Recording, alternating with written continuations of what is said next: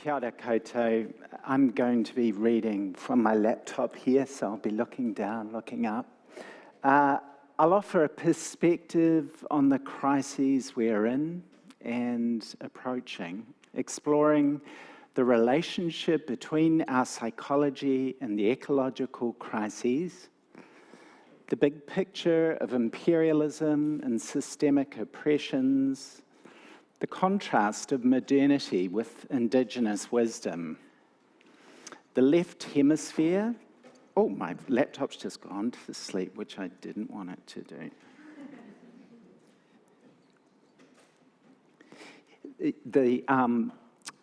The contrast of modernity with indigenous wisdom, the left hemisphere of the brain and its influence, the impact of intergenerational trauma, and what we need to call forth in ourselves and each other to meet these times. The unfolding ecological crisis is one of overwhelming proportions. As we increasingly breach planetary boundaries, we imperil our very existence and vast numbers of other species. We have betrayed future generations with the harm we have already caused. We have acted in bad faith on the intergenerational contract. We're also in the midst of an unfolding mental health crisis. The lifetime prevalence for a diagnosable clinical mental disorder is around 50% in Aotearoa. That is, 1 in 2 of us will meet criteria for a serious disorder in at least one point in our lives. And these rates are higher for Māori and Pacifica. The physician and author Gabor Mate says the world into which children are born these days might as well have been designed to promote disruptions of cognitive functioning and emotional dysregulation. I suggest that these two crises are reflections of one another. The distress in our culture, the alienation and loneliness, the meaninglessness, the addictive grasping, reflects a colonized world, stripped, exploited, and controlled. The Sufi teacher Llewellyn Vaughan Lee argues the globalization of our soulless, materialistic culture is having disastrous effects in the inner world, polluting it as much as the outer environment. Of course, Indigenous peoples in many places have seen through this impoverishment and what Bill Plotkin refers to as patho-adolescence. That is the way our culture is caught up in self-other destructiveness for as long as they have been confronted by it. And it must be said that the uncertainty and fear and loss that concerns us in this conference has been and is being felt far more acutely by many Indigenous peoples in their places. What we see writ large upon the physical world is a reflection of the troubled contents of our collective psyche. What is vulnerable and beautiful within us is subjugated. Rather than move with respect and reverence, we operate with control. Our hearts want to love and to give ourselves selflessly in alignment with life, but we fear uncertainty, and our culture holds the highest virtue in comforting and distracting us, trying to inoculate against pain, loss, suffering, and increasingly even against death. How do we become so collectively alienated from the beauty of life and from our deepest selves?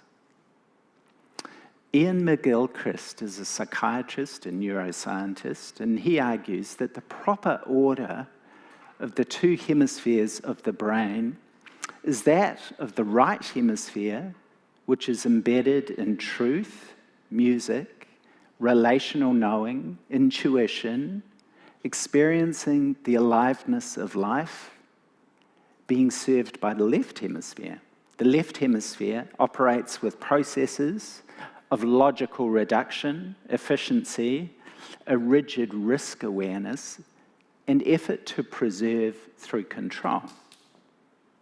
Over a long period of at least 2,500 years of cultural shifts, the left hemisphere has increasingly gained control. In McGilchrist's view, the outer colonization we see reflects an inward one, in which our left hemisphere dominance chokes off the creative and relational gifts of the right. He says, where the right hemisphere is conscious of the other, the left hemisphere's consciousness is only of itself. In this analysis, we can see the difference between wisdom traditions and indigenous ways of knowing and living that generally lead in a felt relationship with life, and Western, materialistic, consumptive, dominant culture that prioritizes control, a way of seeing and being through detached separateness that desacralizes and exploits. The Yunangan indigenous elder Ilaria Merkuliev was raised on St. Paul Island in the Bering Sea. And he spoke of this when he said, "This is the way my people lived, in fully embodied trust without thought. We embodied this faith in our lives, ourselves, in Mother Earth, in the universe, and in the Great Spirit that lives in all things."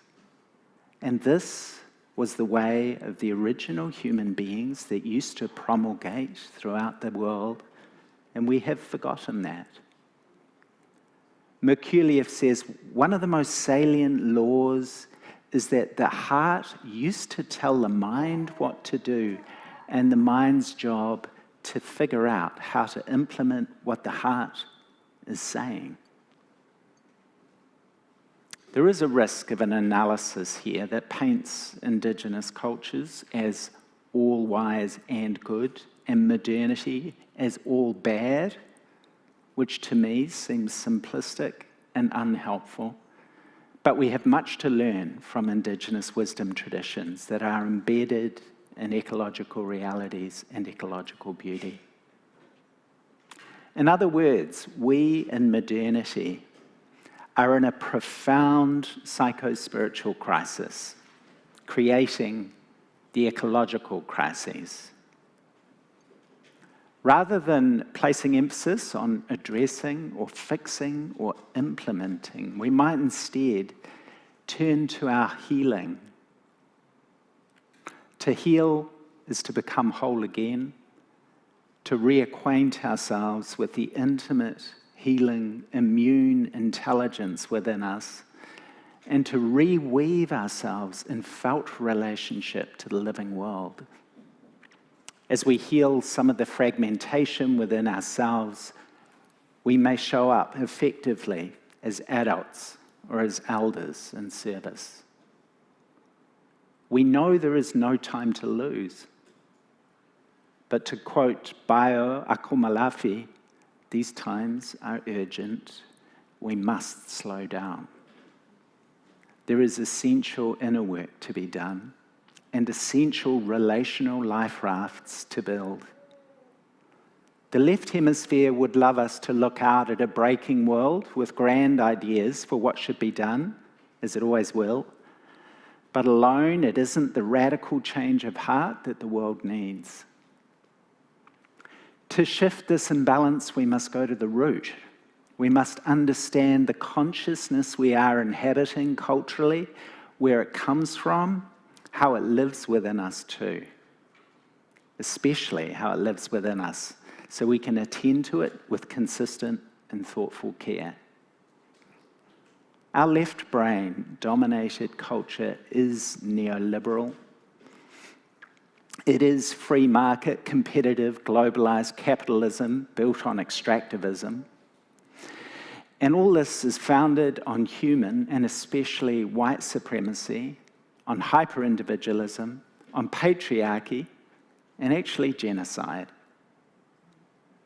It is amplified by trauma, the internal fragmentation that occurs when injury is not healed. Trauma shows up individually and culturally in many ways, in a poverty of self and identification with unworthiness and shame. It may also show up as a lack of trust in self and others, in anxious scarcity thinking, as dominance, oppression, and poor faith, as greed, as cruelty, as inferiority, as superiority. Trauma is transmitted through people. It gets enacted across the divide between one people and another people, from human species to another species, from one gender to another gender, from one race to another race, from one dominant heteronormative sexual in-group to queer and non-binary folk, and from parents to their offspring, all the way down the generations. This is known as the intergenerational transmission of trauma. For example, in my clinical practice, I see the sequelae of Second World War trauma manifesting in the third or fourth generation as shame and depression.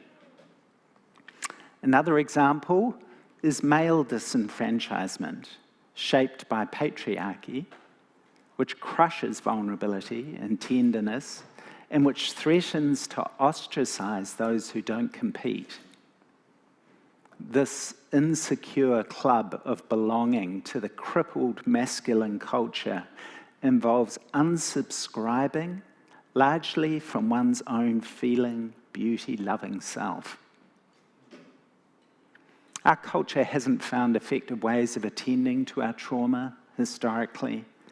Often we add insult to injury by employing distraction ad infinitum, comfort eating, pornography, alcohol abuse, consumerism. All of this is offered in substitute for being held in a genuine trusting relationship and in the absence of the sacred practices of healing and relationship to spirit. Further to this, we have not yet created a society that does not create trauma. My friend nailed it when he said, "We live in a trauma machine." Let us continue to do the imaginal and real work of bringing more humanity and freedom into society. So an inner tragedy as potent as climate change is taking place. We need to return to what is sacred. We need to return to a sense of deep belonging. We need to reconnect with our capacity to feel freely and deeply and unashamedly, and to be washed and renewed in the vast intelligence of life. We need to extend our compassion. We need to create real relationships of trust with ourselves and each other. We need to immerse ourselves in deep relationship to the living world. Importantly, we need to let ourselves be cracked open by grief. As Joanna Macy, the founder of the Work That Reconnects, says, "Don't apologize if you weep for the burning of the rainforest, nor the very recent sea ice melt in Antarctica, killing 10,000 emperor penguin chicks.